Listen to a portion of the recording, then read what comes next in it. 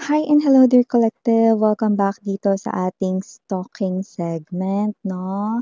So atin dito, no, naaalamin ang intentions, thoughts, no, and possible movements and actions, no, ng person on your mind, no? Kung may specific person, pwede nyo isipin yung kanyang face ngayon, no? At pwede mo rin na i-visualize ito. At pwede mo rin mga babes na i-pause yung video na ito, no, at i-resume mo na lang, no, kapag tapos ka nang mag-concentrate, okay? But kung sino man 'tong energy na 'to 'no, this person right in here 'no, is someone 'no, na may nafi-feel na kasi tayo agad ngayon 'no. So kung sino man ito, I do see that right at this very moment, okay?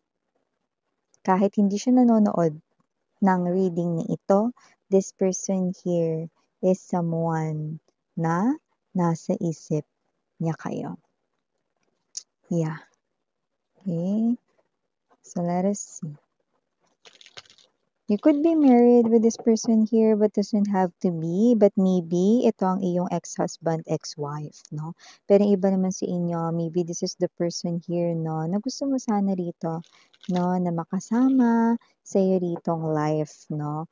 Na makasama sa lifetime mo here on earth, no? Ace of Swords energy, it looks like there's something here, no? Na iniintay mo rito, no? Na sabihin niya sa'yo or mai-communicate niya sa'yo rito. But it looks like kung sino man ito, no, possible na siya ay nananahimik ngayon at hindi nagsasalita, hindi maaaring nakikipag-communicate sa inyo. Pero huwag kayong mag-alala.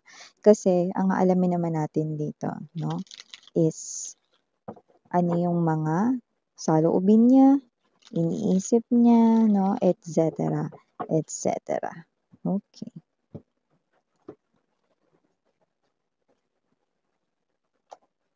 Three of Cups. Yeah, look at that, lumbas na naman, no? Four of Wands, Five of Wands. Okay, so pwedeng nag-away kayo nito, no? Hindi na lang kayo nag-usap. Yung iba, mga babes, no, nakita natin dito that this person here, no, is posible talaga na hindi naging maganda yung huli ninyong pag-uusap. Now we have here the Ten of Swords energy. Whoa! Could be seeing a lot of number 10s. Look at that. Look at that. Three of Swords energy and the Emperor right in here, no? Bottom of the deck. Four of Cups in reverse, no? Alam mo ba kung ano ibig sabihin nito? Ba't ako natawa? Because the Emperor in Three of Swords energy, no? Look at that. Okay? This person na pwedeng ma-pride, mataas ang ego, no? Ay nasasaktan ngayon, no? At kung sino man 'tong person na ito, mga babes, no, kahit na gaano pa siya rito katigas at kahit na gaano niya pa rito, no, na parang pigilin, okay, na 'wag masaktan, nasasaktan ngayon ang taong ito. Yeah, kung sino man 'tong energy na ito, no, walang duda na yun talaga yung kanya ngayon na, yeah, we're hearing that song. Kung maibabalik ko lang ang dati mong pagmamahal, paka-iingatan ko at aalagaan. You know, kaya kung sino man 'tong energy na 'to, kung maibabalik niya lang daw, mga babes, 'no? Yung iba rito parang, may energy rito, 'no, na parang feeling nila talagang it's over and done na sa inyo, 'no? Pero yun nga yung talagang gusto niya rito, 'no, yung manumbalik yung dating kayo 'no. Kung maibabalik niya lang daw 'no, ang dati ninyong pagmamahalan 'no, which is I'm seeing right now 'no, yung basag na piraso ng vase, okay, or ng glass 'no. So, I do see that kahit ayusin 'no, parang hindi na maganda tingnan, 'di ba? So, parang kagaya rin ng vase 'no, na kahit i-glue mo, ibalik mo 'no, hindi magandang tingnan 'no, halatang nasira na. So, I think kung sino man 'tong energy na 'to 'no, this person wants to fix or i-repair ang inyo rito 'no, na connection And nakikita natin dito na nagkakaroon siya rito ng success sa kanyang money. Possible na kamakailan lang ay meron siya ritong tagumpay 'no. Puwedeng na-promote 'tong tao na 'to or baka maganda yung trabaho niya ngayon, may lumalabas dito pero hindi siya masaya. Yun 'no. Yung iba may nakikita ko rito na may someone na may gusto sa kanila 'no, pero hindi siya pinapansin nitong person mo, dahil nakikita ko rito na ang person mo ay gustong ayusin yung sa inyong dalawa. So, puwedeng meron nagkakagustong iba sa person mo ngayon, okey? Kung may third party man dito mga babes 'no, wala, hindi ko nakikitang nagpe-pay attention siya dun 'no. Mas nagpe-pay attention siya rito 'no, sa kung papaano rito manunumbalik 'no, ang inyo ritong pagtitiwala, lalong-lalo na ang inyong pagmamahal sa kanya, na this person wants to bring, your marriage back 'no, and this person here, kung hindi naman kayo kasal, this person wants to marry you. This person here realizes na kayo talaga yung pang-altar talaga, kayo talaga yung pang-forever dito, 'no. So, I do see that whoever this energy is, this person here 'no, gusto niya ulit, okey? Actually, kinakabahan siya, dinadaga yung dibdib niya, nahihiya siyang humarap sa'yo. May mga nasabi siya rito, eh. Na parang ang hirap bawiin pero gusto niyang bawiin, 'no? Ta's nahihiya rin siya kasi nagkaroon rin dito ng parang gulo 'no, nadamay pa rito yung mga friends mo, families mo rito 'no, nahihiya siya rito sa kanila, lalo na sa'yo. You know, parang wala ka namang ginawa kundi mahalin lang siya pero hindi niya nakita yung halaga mo, you know? Yeah, galing sa kanya yun mismo 'no. Wala ka namang ginawa kundi mahalin ako, pero hindi ko nakita ang halaga mo, you know? So, kung sino man 'tong energy na 'to 'no, ngayon kitang-kita niya na 'yan 'no, kahit hindi siya nakasalamin. At kahit walang grado ang salamin niya rito 'no, yung mata niya parang 20/20, 'yan 'no. So, kung sino man 'tong energy na 'to, I do see this person here is someone na this person betrayed yung kanyang naging promise. Four of Wands, Ten of Swords energy sa inyo na walang iwanan, or this person here betrayed yung kanyang promise 'no, na hindi kailanman matitinag, okey, or hindi kailanman magpapaapekto sa mga problema 'no, or interruptions, anything 'no, pero nangyari yung bagay na yun dati. This person here betrayed his or her promise to you, okay? At nakita natin dito 'no, that this person now is someone na gusto na muling ayusin 'no, yung tungkol sa inyo. Pero paano ba 'to? Meron na raw ngayon na parang bagong tao sa buhay mo. Yeah, for some of you 'no, maaaring meron na kayo ngayong ibang kausap, medyo, um natatakot, na kinakabahan siya 'no, na baka talagang huli na talaga yung lahat 'no, para sa inyong dalawa. At yung iba naman, kung wala pa 'tong bagong taon 'to sa buhay mo 'no, may lumalabas dito 'no, 3 to 4 months makikilala mo itong bagong tao na ito sa buhay mo, okey? So, kung sino man 'to na ex-lover mo dito 'no, nakikita ko rito na wala siya ritong pakialam sa mga options around himself or herself 'no, at nakikita rin natin dito 'no, na nagpapakita rin siya rito 'no, ng emosyon, okey, na 'pag mag-isa lang siya 'no, nakikita ko siyang malungkot. At kung siya ay divine masculine, this person here 'no, naluluha siya rito 'no, yun, kapag siya ay mag-isa lang.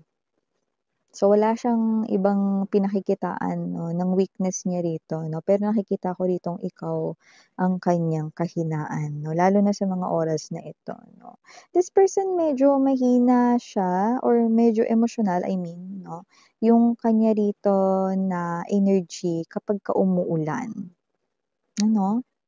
Eh, umuulan ngayon, 'di ba? Nag-uulan ngayon, 'di ba? Or umuulan ngayon, okey? At sumasabay ang kanyang emosyon 'no, 'yan. Sa tuwing umuulan. 'Wag nating ipilit na mataas ang boses ni Ate Reg. Pero yun nga, nakikita natin dito na kung sino man 'tong energy na 'to, na you are inside this person's thoughts, not just tuwing umuulan, 'no? Pero mas lalong apektado yung emosyon niyo tuwing umuulan, 'no?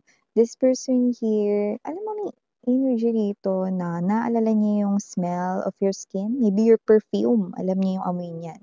So 'pag naamoy niya 'yan 'no, ikaw agad yung una niya ritong maaalala 'no. So maybe this person here is trying to recall 'no, the smell of your skin, okey?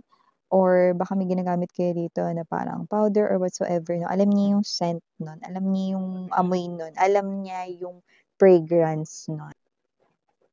Okay, sorry about that commercial mga babes, ituloy na natin yung sinasabi natin 'no. So yun nga 'no, so lumalabas na meron siyang mga natatandaan rito sa inyo 'no. So puwedeng yun nga yung perfume, cologne, ano man yung ginagamit niyo na yan 'no.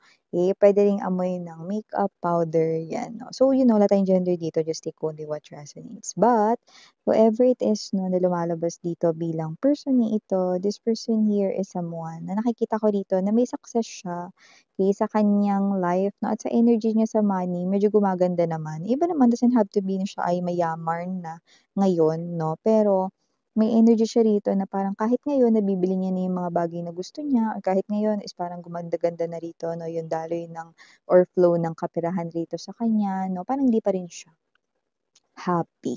Of course 'no, because money is not really 'no, the main source of happiness 'no. Ang nakikita ko rito ang pinakamas importante talaga na alam niya magbibigay talaga rito ng kasiyahan sa kanya 'no, ay walang iba kundi Queen of Coins energy, ikaw. 'Yan 'no, matapos lang talaga maibagsak niya lang talaga yung problema niya 'no, na kapag naayos niya yung sa inyong dalawa, alam niya sa sarili niya ritong talagang magiging happy na siyang muli 'no. Pero yun nga 'no, nakakaloka 'no, yung isang tao ritong napakatigas 'no, or yung isang tao rito 'no na super, talagang super tindi 'no ng kanya rito 'no, nakapit sa kanyang ego dati 'no, is ngayon nasasaktan. Three of Swords energy. See? Kahit na kasing tigas pa siya ng bato, 'di ba? Itong tao na 'to nasasaktan siya rito. Yes, 'no? Kaya kung sino man 'tong energy na 'to, na may energy siya rito 'no, na kahit na parang meron siyang pera 'no or whatsoever 'no, hindi siya masyadong nag-aayos ngayon. Yeah. Hindi niya masyadong naaalagaan yung sarili niya ngayon. Kasi ang binibigyan niya rito ng atensyon mas lalo 'no, is yung ma-repair muna or maayos yung issue sa inyo. Eh, minsan wala nga yang ginagawa, eh, papaano mo naman nasabing gano'n? Kasi nga dito mga babes 'no, may energy siya rito. Naku, sino man itong person na 'to, lumunok lang mga babes. Yan 'no. So, may energy kasi dito 'no, itong person na ito na Four of Cups in reverse position. Kasi when the Four of Cups is in a upright position, ihahayaan niya na lang na dumaan itong opportunity 'no, ng bawat araw 'no, nagigising siya kada araw, wala siyang gagawin. But the Four of Cups that we've got for the bottom of the deck is in reverse position, meaning to say, eh, nakikita natin na may action na gagawin itong tao na ito. 'No? So, ibig sabihin hindi niya hahayaan 'no, na ma-miss yung opportunities na 'yan. So, nakikita ko rito yung pagpaplano, Five of Swords energy, ilalaban niya itong, connection niyo na ito 'no. Whether may person ka na ngayon or wala, 'yan, iba yung mga bagong person na paparating sa inyo 'no, I'm getting 3 to 4 months 'no. Makikilala mo yang bagong person na 'yan 'no. Pero kahit na meron ditong bagong dumating sa life mo, this person will still do something dito 'no, because, may energy siya rito 'no, na parang, may energy na at the back of his or her thoughts or subconsciously, parang gusto niya 'no, na na parang alam niya 'no, kaya gusto niyang ilaban 'no, parang alam niya rito 'no, na ikaw yung para sa kanya, 'yan 'no. So, parang may energy rito 'no na ayaw ka niya rito 'no, na ibigay sa iba, ayaw ka niya rito ipaubaya sa iba 'no, kasi nalalaman niya 'no, na ikaw ay para lamang sa kanya. 'Yan 'no, so 'yun yung nakikita natin dito sa kanyang thoughts 'no.